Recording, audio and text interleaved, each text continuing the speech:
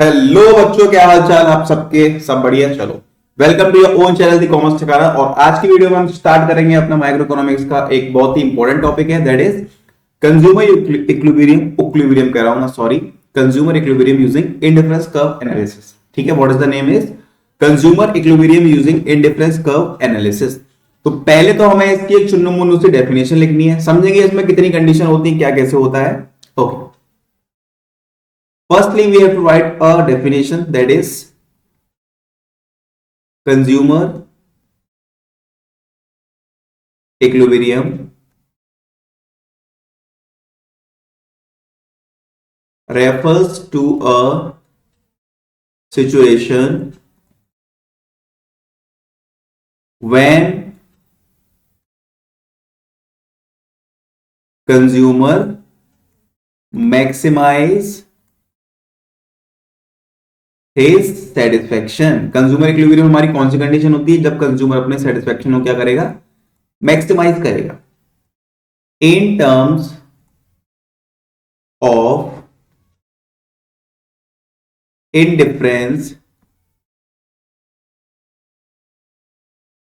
curve analysis। In terms of indifference curve analysis, the consumer reaches his optimum choice when two conditions are satisfied। अब definition का हम मतलब समझते हैं। Definition का मतलब क्या है? Consumer equilibrium refers to a situation, ये एक वो सिचुएशन होती है when consumer maximises his satisfaction, मतलब जब हम लोग अपने सेटिस्फेक्शन को मैक्सिमाइज कर सकते हैं, करते हैं in terms of indifference curve analysis. Indifference curve analysis के टर्म्स में the consumer reaches his optimum choice, consumer अपनी ऑप्टिमम चॉइस पर कब पहुंचेगा? When two conditions are satisfied, जब हमारी टू कंडीशन सेटिस्फाइड होंगी, that is first one is MRS is equals to PX upon PY। पहली कंडीशन क्या है? MRS is equals to PX upon PY। और दूसरे वर्ड में मैं क्या बोल सकता हूं? ये स्लोप होता है किसका? इंडिफरेंस कर्व का। और ये स्लोप किसका होता है? Slope of budget line. ये दोनों इक्वल होंगे तब भी हमारा कंज्यूमर क्या हो जाएगा? तब भी हमारा कंज्यूमर इक्विलिब्रियम हो जाए। ठीक है। और भैया एक चीज ये भी आपने बताई थी हमको कि एमआरएस तो होता ही है, स्लोप ऑफ बजट लाइन को हम मार्केट रेट ऑफ एक्सचेंज भी बोल सकते हैं। क्या बताया था आपने हमको? स्लोप ऑफ बजट लाइन को, मतलब ये जो पीएक्स अपॉन पीवाई है, इसका आपने हमसे ये बोला था, इसको हम क्या बोल सकते हैं? इसको हम market rate of exchange, that is MRE, इसको हम मार्केट रेट ऑफ एक्सचेंज भी बोल सकते हैं। तो यहां मैं लिख देता हूं MRS is equal to MRE.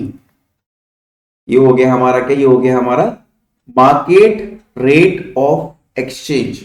ठीक है, MRS is equal to MRE, that is market rate of exchange. Okay, no issues. अब दूसरी कंडीशन क्या है? ये तो भैया हमारी फर्स्ट कंडीशन हो गई। दूसरी कंडीशन क्या है हमारी? Indifference curve is convex at the point of equilibrium. जो हमारा इंडिफरेंस कर्व है वो क्या होना चाहिए? कॉन्वेक्स होना चाहिए। तो लिख देता हूं मैं यहां पर, एक मिनट। ओके,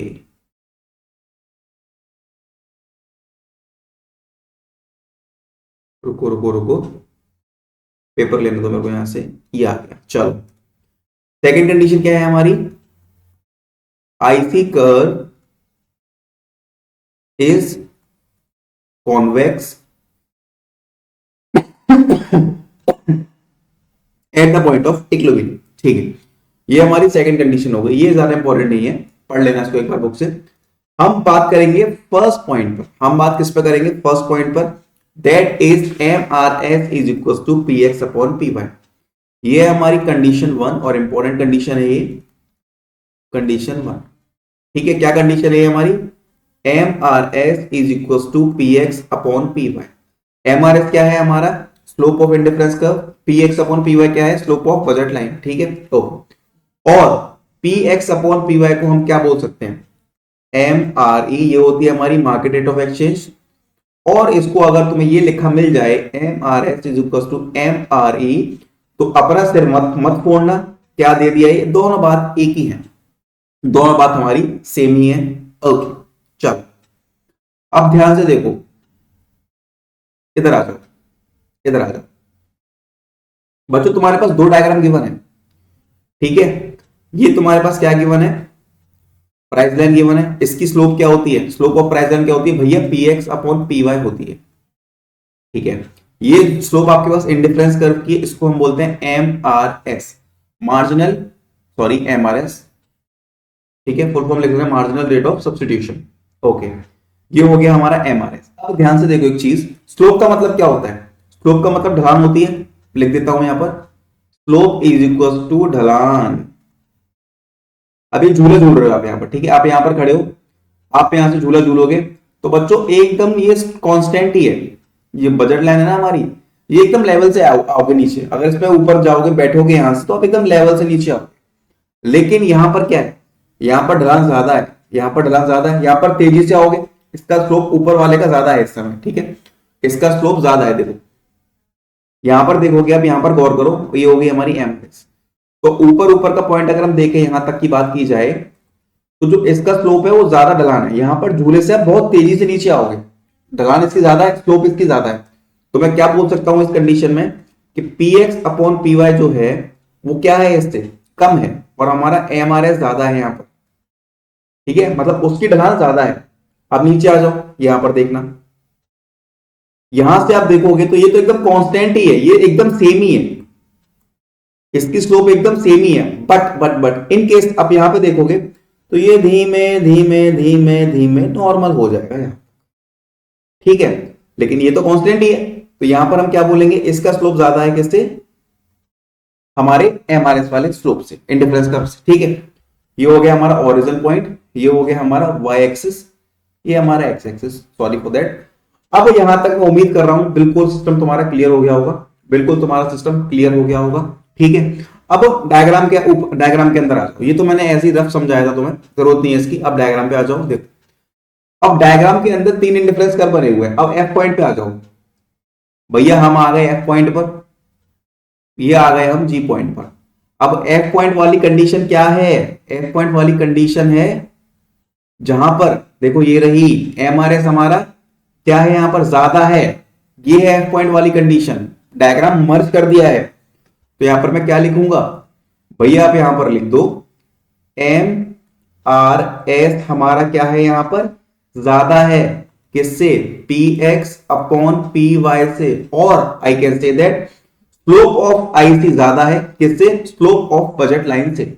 और मैं क्या कह सकता हूं यहां पर, स्लोप ऑफ आई सी ज्यादा है, स्लोप ऑफ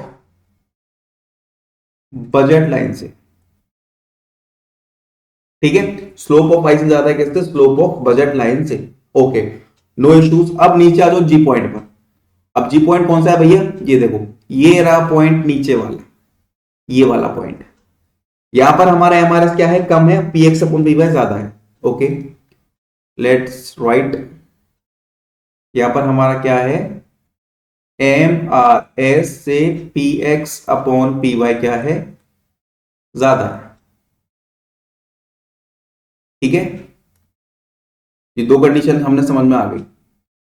अब बीच वाली कंडीशन है इक्विलिब्रियम पॉइंट वाली, ये हमारा सेकंड आईसी है। यहां पर क्या हो रहा है, यहां पर क्या हो रहा है, M R S is equal to P X upon P Y, मतलब क्या है, slope of indifference curve, slope of budget line दोनों बराबर हो गए, दोनों बराबर है। यही कंडीशन है हमारी कंज्यूमर इक्विलिब्रियम की इन इंडिफरेंस कर्व एनालिसिस, क्लियर है। ओके, एच पॉइंट क्या है, देखो अनअटेनेबल पॉइंट है, वो बजट लाइन से बाहर ही चला गया, वो बजट लाइन से बाहर ही है तो उसको छोड़ो। Consumer is at equilibrium at point E, consumer हमारा इक्विलिब्रियम कहां होगा, ई पॉइंट पर होगा, when budget line A B is just tangent to IC2। जो हमारी बजट लाइन है ए बी, देखो ये ए ये रहा और ये रहा बी, हमारा बजट लाइन हो गई हमारी, कहां पर टेंजेंट है, ई पॉइंट पर, ठीक है, एच पॉइंट बाहर है बिल्कुल मैदान से। ओके, यहां पे लिख लो एक छोटी सी डेफिनेशन, बोल देता हूं मैं, लिख देता हूं। Consumer will strike his equilibrium